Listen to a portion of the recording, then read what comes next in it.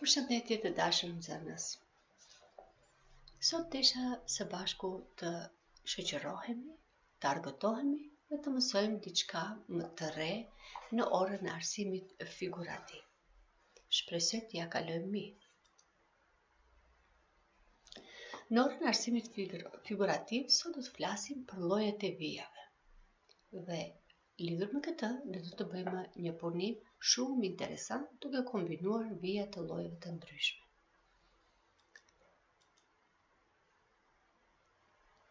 Çka do të mësojmë në këtë orë mësimore? Në këtë orë të artit figurativ, ne do të mësojmë llojet e vijave dhe mënyra e vizatimit të tyre, dallimin e vijave të ndryshme sipas emrit të tyre, përdorimin e vijave në artin figurativ dhe si të bëjmë një punim interesant duke përdorur lloje të ndryshme të vijave. E tani le të shohim se çka do të na nevojitet, pra cilat janë materialet që do t'i kemi të nevojshme për të realizuar orën e sotme mësimore nga lëndë e arsimit figurativ. Në këtë orë të artit figurativ, neve do të na nevojitet një fletë vizatimi, laps, ngjyra dylli ose druri,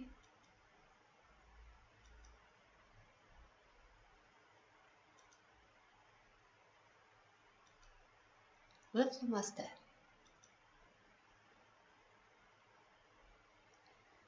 Shpresoj të mundeni t'i siguroni këto mjete pune me të cilët do të realizojmë plotësisht qëllimin e orës së sotme nga arsimi figurativ. Si për fillim, le të përkujtohemi në llojet e vijave që i kemi mësuar dhe i kemi bërë në klasën e parë dhe të dytë. Në këtu kemi një punim mbi llojet e vijave dhe aty shohim vija të llojeve të ndryshme. Këtu pra kemi vija të drejta të thyera. Në këtë fushë kemi vija të drejta të pjerta. Këtu kemi vija të drejta të ndërprera me pikë. Këtu kemi vija të krijuara me radhitjen e pikave njëra pas tjetrës, ose ndryshe mund t'i quajmë edhe vija të ndërprera. Këtu kemi vija të drejta vertikale, këtu kemi vija të lakuara, po ashtu edhe këtu kemi vija të lakuara, këtu kemi vija të lakuara në formë valësh, kurse këtu kemi vija të lakuara dhe të thyera që na ngjajnë në ritmin e të rrahurave të zemrës, kurse këtu kemi vija të ndërprera horizontale. Shpresoj se tashmë i përkujtuat llojet e vijave të cilat i kemi mësuar në klasë parë dhe të dytë, por jo vetëm që i kemi mësuar, por i kemi përdorur në të gjitha lëndet mësimore që i kemi pasur në këtë klasë. Tani, unë do t'ju zbuloj se cili është ai punim interesant që mund ta bëjmë ne dhe do ta bëjmë sot së bashku duke përdorur lloje të ndryshme të vijave. Punimin e këtill e keni këtu dhe me siguri se tashmë zbuluat se fjala është për një krim.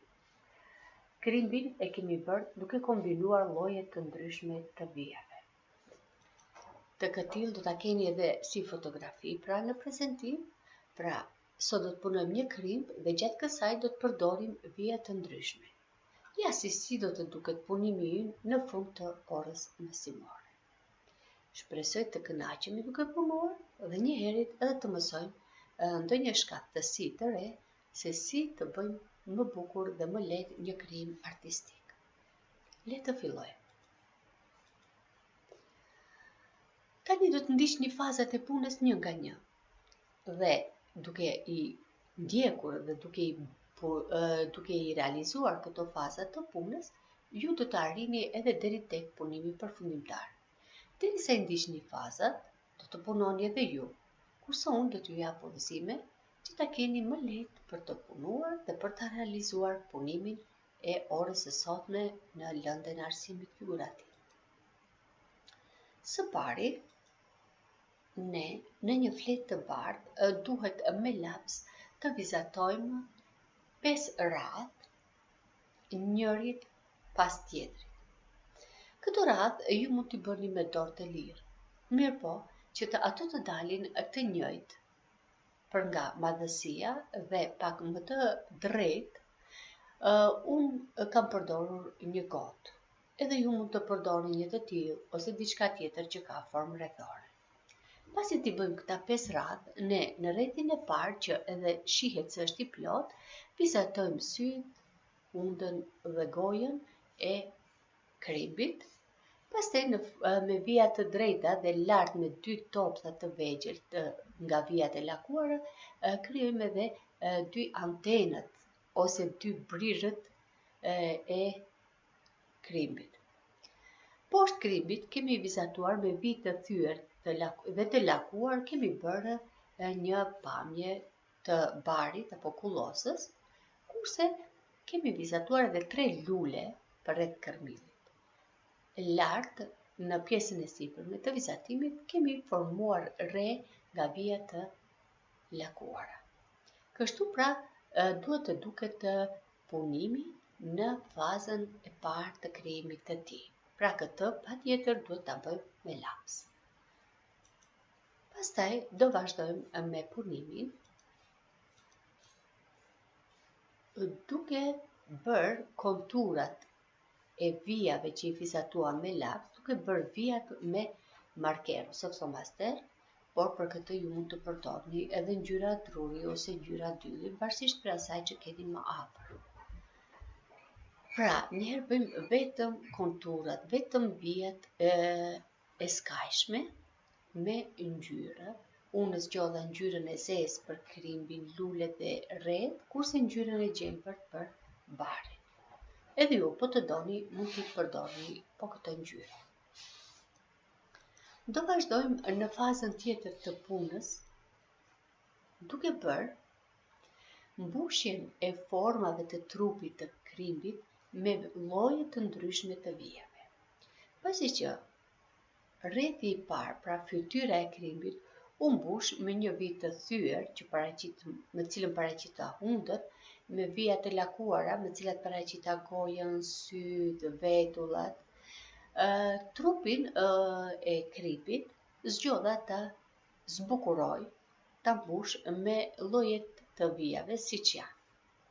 Vija të ndërprera, tek rrethi tjetër vendosa vija të lakuara, tek rrethi tjetër vendosa vija të thyera, kurse tek rrethi i fundit vendosa vija të drejta horizontale. Kështu pra unë zgjodha që të mbush trupin e krimbit, mirë po ju mund të mbushni me vijat sipas dëshirës suaj. Do të shohim se secili prej jush si do të zgjedh, çfarë përzgjedhje të vijave të bëjë dhe si do të del krimbi i tij i zbukuruar në fund. Pasi kemi bërë vijat në radhët që paraqisin trupin e krimbit, radhën e ka ngjyrosja e punimit që e keni bërë. Pasi që pjesën e trupit të krimbit e bëm me vija dhe ato i kemi shëruar me flomaster ose me ngjyra dylli, nëse ju dëshironi mund ta bëni, ne do të bëjmë ngjyrosjen e formave në cilat i kemi vendosur vijat, por edhe ngjyrosjen e gjithë fletës së vizatimit. Kuptohet duke pasur parasysh ngjyrat të përkojta me atë që është realitet. Pra, barin e kemi bërë me ngjyrë të gjelbër, lulet me një gjetë të gjelbërt apo 2 dhe me ngjyra që i kanë lulet zakonisht dhe me cilat takojmë aty. Rret, unë zgjodha të gelen të bardha, por ju do t'i zgjidhni ngjyrat sipas dëshirës suaj. Këtë pjesën hapësirën boshe të vizatimit, unë e ngjyrosa me ngjyrë të kaltër, duke dashur që me të të paraqes qiellin.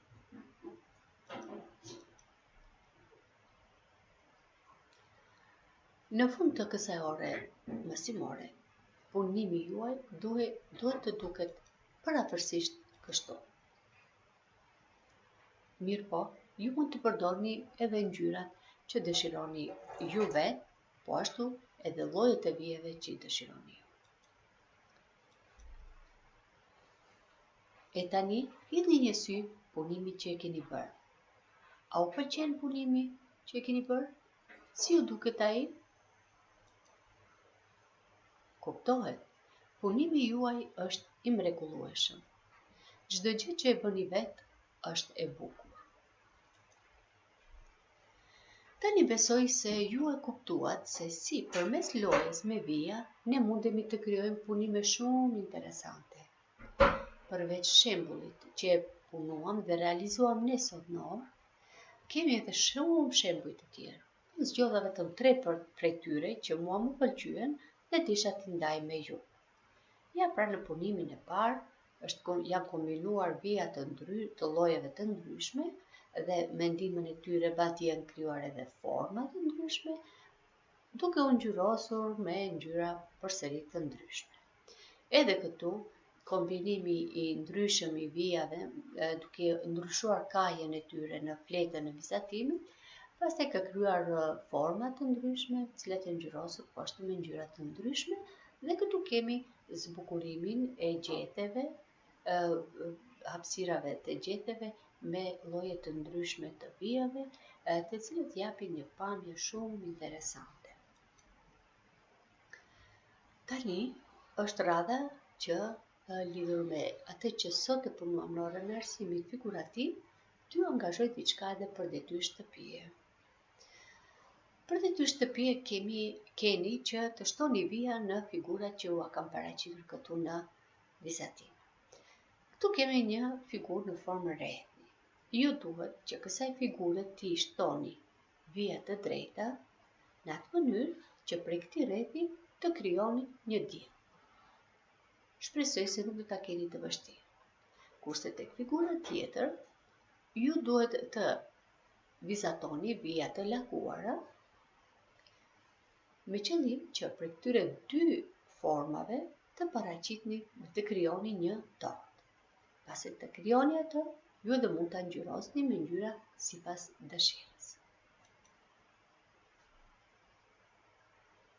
Tani, unë ju falenderoj që ishit në shoqëri me mua.